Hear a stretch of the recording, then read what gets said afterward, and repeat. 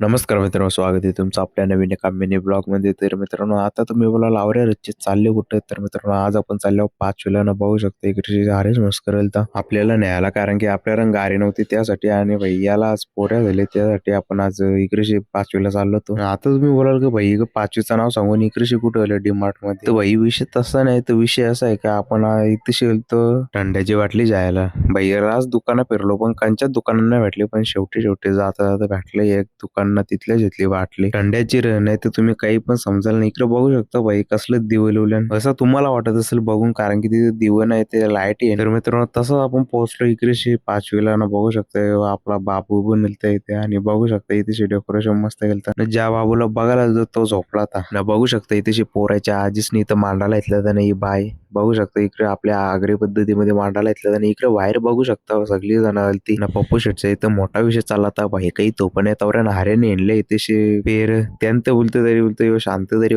चालू बरं काही विषय नाही. त्यानंतर जेवून खाऊ मी पण निघलो होतो नाही, आपल्याबरोबर बाबू निघला होता. तर चला मित्रांनो, भेटूया आता पुढच्या मिनी ब्लॉग मध्ये. तो सर आपल्या चॅनल आणि पेजला फॉलो आणि सबस्क्राईब करा.